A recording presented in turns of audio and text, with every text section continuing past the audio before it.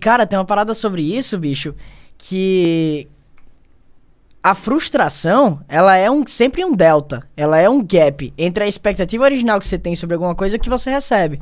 A mesma coisa é o wow, o efeito wow. Quando você se impressiona, é sempre a diferença entre a expectativa que é gerada e o que você entrega. Exato. E aí uma dica para os jovens empreendedores que estão assistindo a gente: utilizem da pouca idade que vocês têm para surpreender, porque a expectativa sobre você é baixíssima.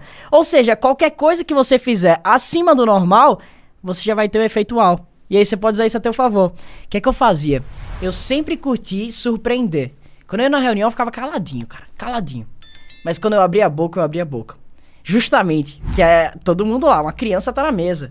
O que é que esse cara tem pra falar? O que é que essa pessoa tem pra falar? Quantos anos você tinha? Ah, sei lá. Isso com 12, 13 anos. Quando eu ia nas reuniões junto com meu pai ou qualquer coisa do tipo. Ou quando eu comecei a ter as reuniões de negócio da minha empresa, as reuniões com potenciais fornecedores...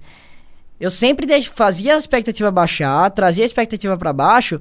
Quando eu começava a falar, o efeitual era muito maior. E, consequentemente, quando você gera esse efeitual, você gerou uma experiência para aquele cara, ele nunca mais vai esquecer de você na vida. Não sei. É isso aí. Cara, eu tenho uma história muito boa com isso, porque eu me identifico bastante também com essa parada. E eu lembro uma que eu era muito criancinha, assim, acho que eu tinha uns 6 anos. E aí meu pai, ele jogava dominó. Ele jogava futebol no futsal, assim, numa quadra, depois ele jogava dominó, tomando cerveja e tudo. E aí eu tinha, sei lá, 5 anos, não podia jogar, né? Então eu ficava sempre só olhando eles jogando. E nunca joguei dominó. Só olhando. Aí um dia apareceu uma vaga lá, eu falei assim, depois eu já estava pronto mentalmente, na minha cabeça, queria surpreender. Eu falei assim, posso jogar? Aí todo mundo assim, pode, vamos jogar uma. Aí começou o primeiro jogo e tal, foi segurando as pedrinhas, passou. Aí quando chegou na minha vez, tipo, logo depois eu falei assim, bati. Aí todo mundo assim... Como assim? Você tá com 2 pedras ainda, né? Você acabou de jogar. Então, eu tenho aqui o 0-0 e o 0-1. Você não tem 0, você não tem 0, você não tem 0. Pum. Coloquei a outra e eu bati. Tu travou o jogo. Aí todo mundo assim, ó. Você foi contando. Caralho, cuzão.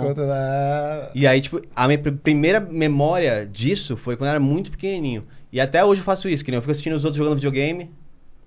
Aí depois que eu já meio que aprendi, eu falo assim, agora vamos jogar. Ah, não tem acontecido. Hoje eu apanho porque o Mario é bom pra cacete. Mas... CEO do fliperama ali. Não, mas ele tem um joguinho que ninguém ganha dele aqui. A gente tentou. Davi depois tá desafiado a ganhar do Gag. Você conseguiu? Puzzle Fighter. Ah, dou conta não, cara. Puzzle já Fighter, adianto que eu não dou conta não. Dá, sabe sim, por quê? né? Porque eu gosto de ganhar. E aí, quando tá no território que não é meu, eu não faço questão nem de jogar. Você fica olhando também, só observando assim, como que eu pego isso, analisando o Sacou inimigo. essa aí? Sacou essa aí que eu tô Arte falando? da guerra, arte da guerra. Eu li, óbvio que eu li Sun Tzu.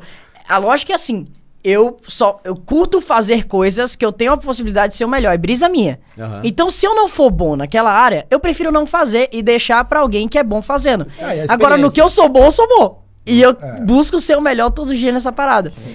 Posso falar uma coisa que eu nunca falei na vida em nenhuma mídia pública? Opa! Alô. Vamos lá, aí, ó. Headlines.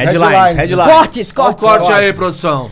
Se liga, que você falou sobre a questão do egoísmo. Eu era egoísta pra caramba.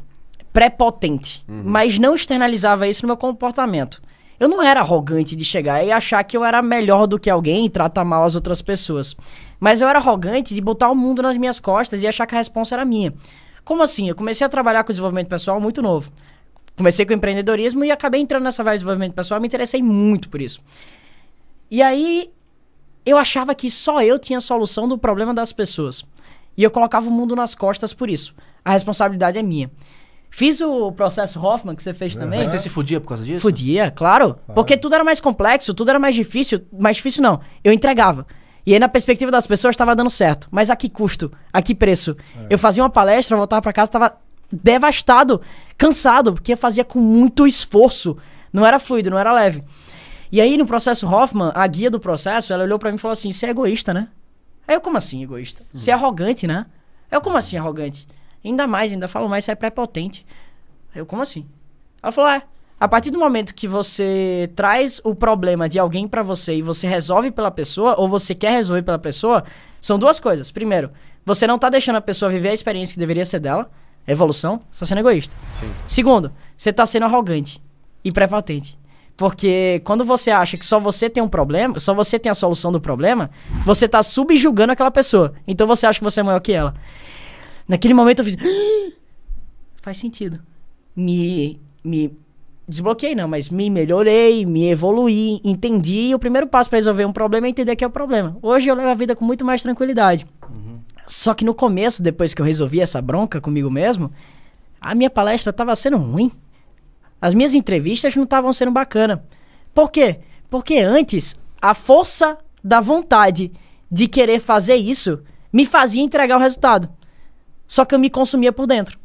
Depois de um tempo, eu entendi que eu poderia fazer tudo do mesmo jeito que eu estava fazendo, ou até melhor, de maneira leve e sem me consumir por dentro e sem me usar como combustível. Que legal, que legal. Os Beatles escreveram uma música que é fiel cópia, obviamente em poesia, do que você acabou de dizer. Se você ouvir Let It Be, É isso. toma uma taça de vinho à noite e ouve Let It Be. Let it be, let Tome uma it taça de... be. Não, dicas do Diego agora aqui no Critiquei. Ouve Let It Be. A Let gente It Be podia é ter isso. trazido o vinhozinho. Eu bebo também. Porque eu comecei muito cedo. Aí aquela síndrome de jovem. A galera acha que eu sou criança pelo resto da vida. Eu bebo também. O vinhozinho eu topava na hora, cara. Depois a gente, Fumo um charuto. a gente tem que tomar um hidromel depois ali. Fechou. Você acha que isso é um estigma? Que você cresceu, começou muito jovem, você não terminou o negócio. Você falou que a sua professora, por exemplo, na escola, ela te ajudou a identificar. Ó, como vai as coisas. Não, aqui, ó, Ó, como- Aí você traz. Anota lógico, pra não trazer de precisa volta. nem anotar, porque tá aqui na cabeça. A tua história é fantástica. E vendendo bala. Só que você era bom aluno? Não. Nunca fui bom aluno. A galera acha fui. que a galera nasce gênio, assim, que... Só que eu tinha uma pressão muito grande pra ser, porque na cabeça das pessoas, sucesso é você ser um bom aluno no colégio e tirar boa nota, Você né? já repetiu? Não cheguei a repetir, mas eu passei pelo conselho de classe porque eu sabia agradar as professoras. E aí, na hora da votação, de que vai repetir ou não, Você deixava um chicletinho ali. deixava. E também eu vendi cupcakes, eu dava cupcakes pra elas. Já é um diferencial. Diferencial. É, apelo Fator- sentimental. diferencial competitivo e eu fiz uma liga emocional com aquela pessoa no momento que eu proporcionei a experiência pra ela. Então passei no 4º ano no conselho de classe, porque eu sempre fui um péssimo aluno no colégio. Eu tenho TDAH, eu tenho dislexia também. E eu aprendi a ler muito tarde. Eu aprendi a escrever muito tarde. Eu espelhava todas as letras. A minha cabeça é diferente. Então eu não me encaixava naquele padrão. A escola não funcionava pra mim. Era um martírio. Você dispersava muito. Muito. Eu não conseguia parar e ficar prestando atenção numa coisa. Eu não conseguia parar pra prestar atenção numa aula. Ainda mais, tem uma característica da mente TDAH, que é o superfoco. O superfoco, ele é trigado. Você liga esse superfoco a partir do momento que você encontra alguma coisa que de fato faz sentido pra você. Flow state. Flow. Daí que vem o flow. Estado de fluxo. Exato. Só que nada ali fazia sentido pra mim.